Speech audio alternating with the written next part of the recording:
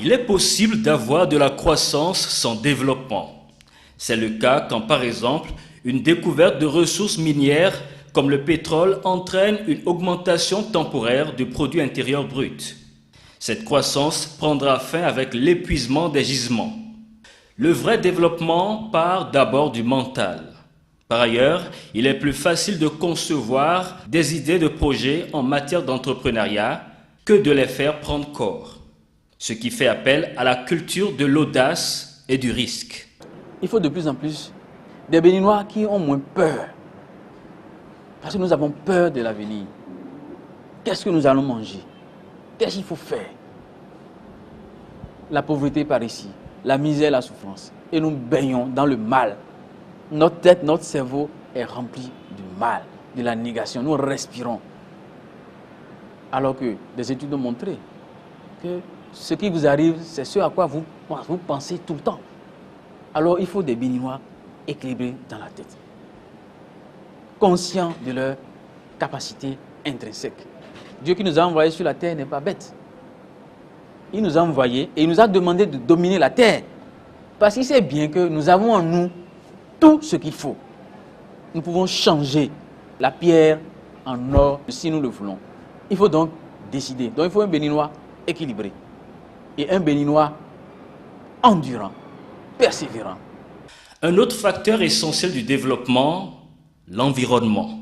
En la matière, la propreté et le civisme de certains pays de la sous-région à économie prospère peut faire école.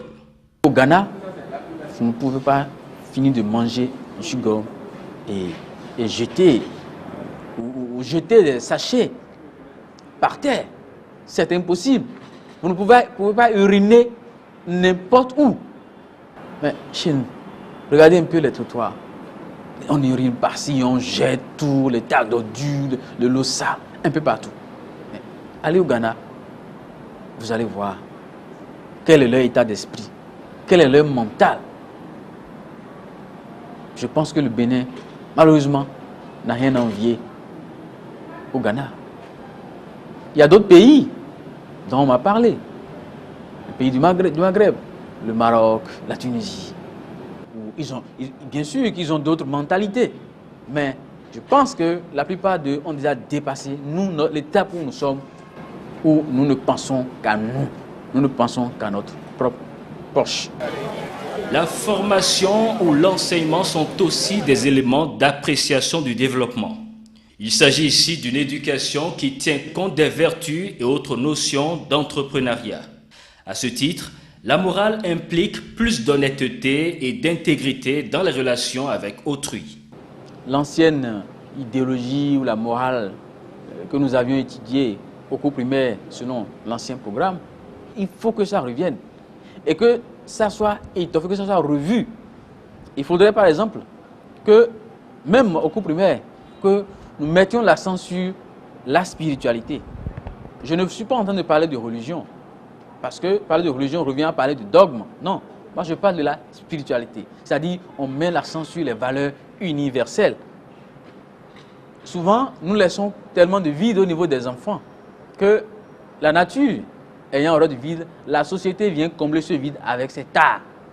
Et l'enfant qui n'a pas de son de cloche, il rentre dans un milieu où il voit que bon, on vole, on prend 10%. Lui-même, il commence par exiger 10%. Donc, il faut que l'éducation doit revenir. L'éducation formelle, donc revoir le programme d'éducation, le revoir est nécessairement, impérativement. Ce n'est même pas une question négociable.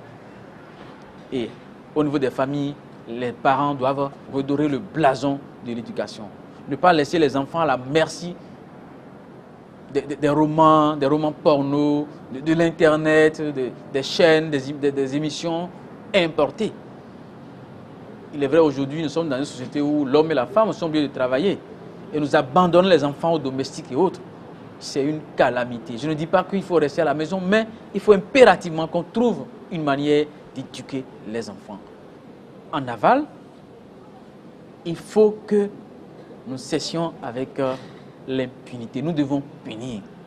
J'avoue que beaucoup d'efforts sont faits, beaucoup d'instruments existent aujourd'hui, par exemple la loi sur la corruption, mais il manque les décrets d'application. Par exemple, il faut nécessairement que nous passions de la sensibilisation à la punition. Il est vrai, la punition ne règle pas tout, mais au moins ça règle. Je vous ai donné l'exemple des conducteurs de moto qui sont obligés aujourd'hui, même en l'absence d'un policier, d'emprunter le couloir réservé aux deux roues. Pourquoi? Parce qu'il a fallu qu'ils passent 2 semaines, 3 semaines à faire la queue avant de récupérer leur moto dans les commissariats. C'est déjà ça un début. Au jour de la colère, la richesse ne sert à rien, mais l'honnêteté délivre de la mort, selon une maxime. La prospérité, oui, mais faudra-t-il encore la rechercher dans la droiture?